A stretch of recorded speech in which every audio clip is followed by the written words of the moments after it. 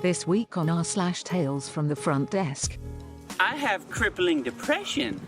Stay till the end to find out what happens when. That's a hard no, and again, still no, yeah, no, not giving you this one, either. I'll let you leave, though.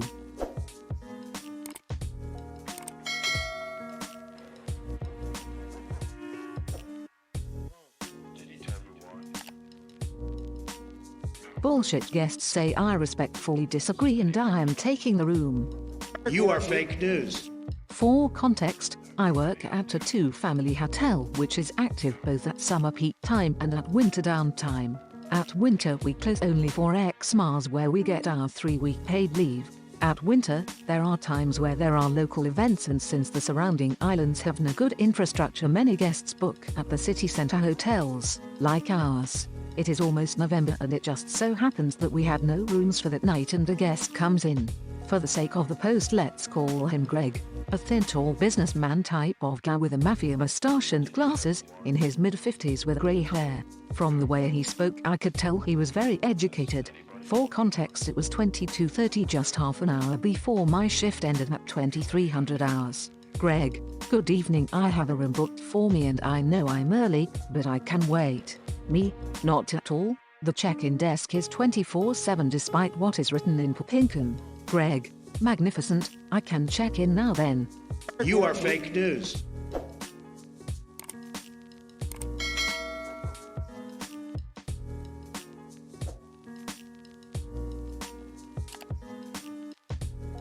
Me? You are fake news.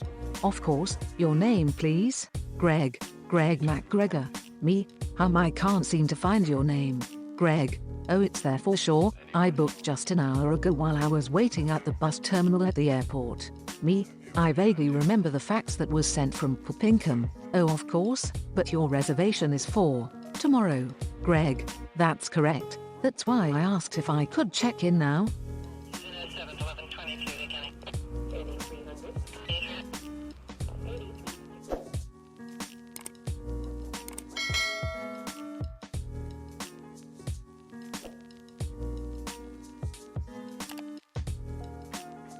Me?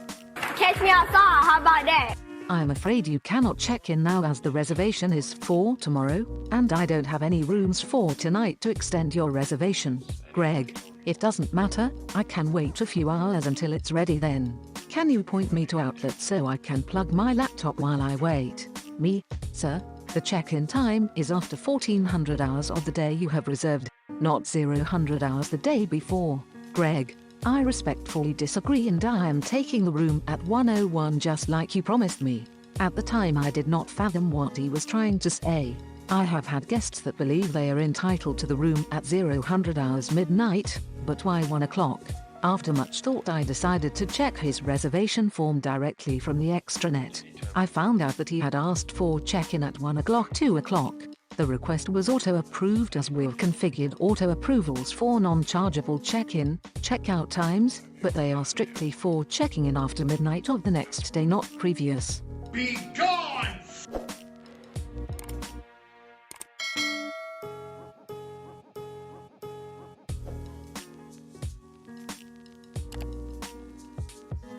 Me? Catch me outside, how about that? This is an auto-approval message from the extranet. It clearly states here and here that it's for the next day, not previous. Greg. No problem, I can check in at 2:01 then. Me? I'm not sure you understand what I mean. Greg. You think that you're the manager here? Me? Actually I am. Greg. I will post a negative review then for not keeping your word.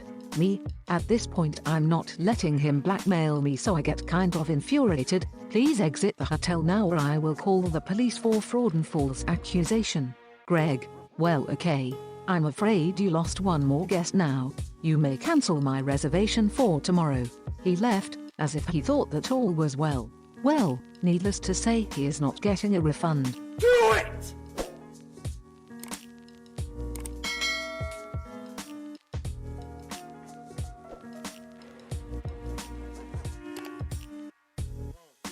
I was yelled at for saving her daughter's life. So, working as night manager at a largish hotel where we had 4 overnight staff, myself, mod, a cleaner, houseman, the night auditor, and a security guard. The guard's duty is to continuously to walk the more than 8 less than 12 floors for noise incidents. Our hotel is very close to a plaza that is filled with bars, including a very sketchy country bar known for over-serving and not checking IDs. This is Canada, legal drinking age 19 for reference. We see 3-4 ladies in their late 40s and a younger girl barely legal. We later find out the daughter of one of the older ladies leaves shortly after 11, dressed for the country bar for sure. I thought it was a little weird to go clubbing with your mum and her friends, but whatever, you do you. Just before 1 a.m. the younger girl and one of the older ladies returns. It's pretty obvious the younger girl is quite drunk, but they are being quiet so I don't hassle them on their way to the elevators. 20-ish minutes later the older lady is heading back out to party with her friends. Another 20-ish minutes and we get a call from the security guard that a woman is passed out on the floor in the hallway. Could I go up to back him up? I head up to the floor in question and sure enough, slumped against a room door is the young lady from earlier. She is unresponsive to our verbal commands and then she starts throwing up on herself. We roll her, we have medical gloves on at this point, thank God we keep them on us at all times, into the recovery position and call an ambulance. While waiting for the ambulance the mother and her friends return to their rooms. We inform the mother that we called an ambulance for her unconscious, unresponsive daughter, who is throwing up on herself and she starts screaming. How dare we call an ambulance? What are they going to think? Her husband is a first responder and will find out. She is going to sue us.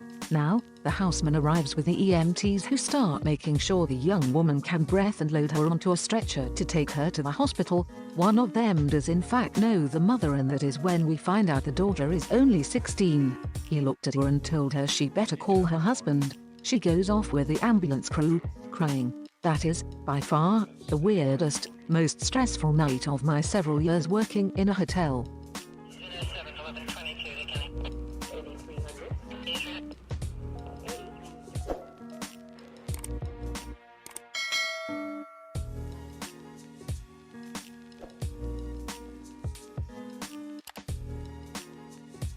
That's a hard no, and again, still no, yeah, no, not giving you this one, either. I'll let you leave, oh.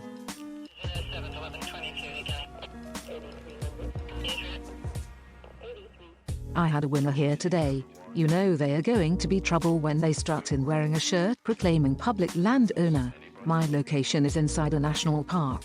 So great. They think they own the place. I know the county has a burn ban going on right now, but since the lodge is on federal land, it doesn't apply. So I can start a fire on the grass just outside my cabin, right? You meant the dead grass, beside the dead, dry trees coming out of the forest not 20 yards from your cabin. Yes, I want to start a campfire that I can enjoy from my porch. No, you may not. You could have walked 40 yards to the fire pits, but I'm not selling you any firewood now that you've established yourself as a fire risk in the middle of the freaking forest. What?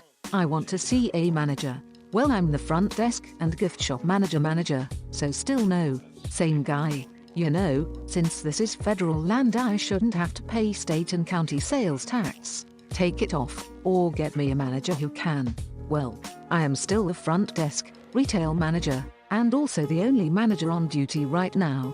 If you look on that wall right behind me, you'll note that our business license is from the county, so you do need to pay sales tax, because we are legally required to charge it. But I'm from Oregon and we don't pay sales tax there. Well, you're not in Oregon right now, where Washington state lets businesses waive sales tax for Oregon residents. Can you do that for me? Do you have a tax-free ID from the US State Department? No, then no. That'll be $98.73. But these are $4.25. That promotional price is for the $15 trillion shirts, not the $35 sweatshirts. You do not get $2.35 sweatshirts, $4.25. Also, that special is for two, and you only have one. The total is $98.73. Will you be paying at the register, or charging this to your room? Actually, I'm just checking out early. I don't care what the policy is, give me my deposit back. This place is a freaking dump in the woods. I want something glassy that isn't embarrassing to be seen at. Well, the cancellation policy I can definitely break for you, sir. I sincerely hope you find a hotel that meets your standards. But, there's an agricultural festival, big bicycle charity ride, a baseball game, and a fishing tournament this weekend. It's not like anybody has any rooms on a summer weekend in a touristy area anyway. But especially this weekend, there are no rooms to be had. So have fun with that. There isn't a room to be had for probably a 2-hour drive. I may have forgotten to mention that to him. So anyway, 4 hours later he comes storming back in demanding to know why his keys aren't working, because he wants his room back. I sold that room 15 minutes after housekeeping cleared it. Dude, now get out before I trespass you. What? You're throwing a fit? Because I'm going to make you sleep in your car in my parking lot. No, I won't make you do that. It's illegal to sleep in your car inside the national park unless you're in a campsite. It's legal 40 minutes from here, however. So again, get out. Shots fired! Shots fired!